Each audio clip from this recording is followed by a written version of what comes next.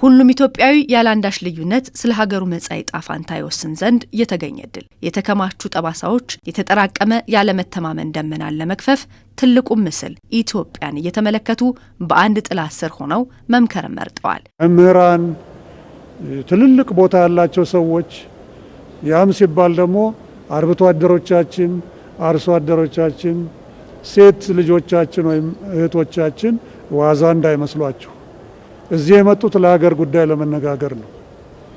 ምንም እንኳን አልፎ አልፎ ሁላቸውም ተመካካሪዎች አንዳንዶቹ ከየመጡበት ቦታ ለብዙ ዘመን ተቋጥሮ የኖሩ ብሶቶች እና ችግሮቻቸውን ይዘው መጥተው እንዲታወቁላቸው በዚህ መድረክ ላይ ለማድረግ ብዙ ትግል ቢያደርጉም ነገር ግን ትልቁ ስዕል ወይም ትልቁ ፒክቸር ግን ኢትዮጵያ መሆኗን ግን በሚገባ ይገነዘባሉ። የኢትዮጵያ ሀገራዊ ምክክር ኮሚሽን ዋና ኮሚሽነር ፕሮፌሰር መስፍን አርአያ የሀገራዊ ምክክር ጉባኤ ሂደትን አስመልክተው በሰጡት መግለጫ የስልታዊ ቡድን የምክክር ሂደት ላይ ሀሳብን አጥርቶ ለማለፍ ጥረት መደረጉን አንስተዋል። 250 ስልታዊ ቡድን የሚባለው ላይ ነው ያለነው።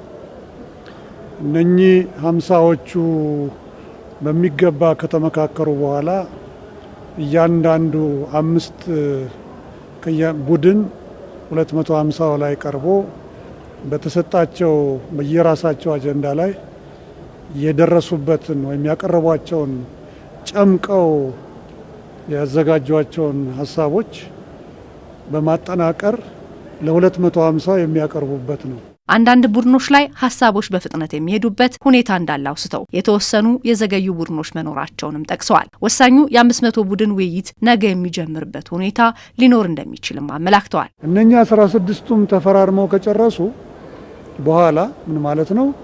ወደየ500 ወደየአንዳንድ አጀንዳ ወደሚወያዩበት ትልቁ የ500 ጉባኤ ይሄዳሉ ማለት ነው። የ500 ጉባኤ ሙሉ በሙሉ የሚሳካ ከሆነ ነገ ይጀምራል። ነገር ግን አሁንም ዛሬ የሚያድር አጀንዳ ያላቸው ካሉ ወደሚቀጥለው ቀን ይዘዋወራል ማለት ነው። ለምክክሩ መሳለጥ ትልቁ ሚና የሚወጡት አመካካሪዎች የተሰጣቸውን ሚና በትክክል እየተወጡ ነው። ከአመካካሪዎች ጋር ጥሩ በየጊዜው ግምገማ እናካሂዳለን። ከፓነል ኦፍ ኤክስፐርቶችም ጋር እንደዚሁ ተመሳሳይ ነገር እናደርጋለን። ብዙ ፓነል ኦፍ ኤክስፐርት ጥሩ የሆነ እውቀት ለተመካካሪዎቻችን አስጨብጠዋል ብዬ አምናለሁ። በውይይቱ የሚነሱ ሀሳቦች በሙሉ በቃለ ጉባኤያዦች አማካኝነት ለወደፊት ለጥናትና ምርምር እንዲሁም ለሌሎች ተግባሮች ተሰንደው ይቀመጣሉ። በዚህ ጊዜ የሚያጋጥሙ ችግሮች ካሉ ሙሉ በሙሉ ለመፍታት ቁርጠኝነት እንዳለ ተወስቷል። እነኚህ ቃለ ጉባኤያዦች እጅግ የተከበሩ በትልልቅ ፍርድ ቤቶች፣ የፍትህ ተቋማት፣ በትምህርት ቤቶች፣ በዩኒቨርሲቲዎች የሰሩ ትልልቅ ልምድ ያላቸው አንቱ የሚባሉ ወንዶችና ሴቶች ናቸው። የሚሰሩትን በሚገባ ያውቃሉ። የሚይዙት የምንነጋገርባቸውን እያንዳንዷን ነጥብ ለወደፊት በሚገባ ተሰንዶ ለወደፊት ተመራማሪዎች፣ ለምሁራን፣ በአጠቃላይ ለተማሪዎች፣ ለፖሊሲ አውጪዎች፣ ለየክልልና ለፌዴራል መንግስታት የሚጠቅሙ ሰነዶችን ነው የሚያዘጋጁት።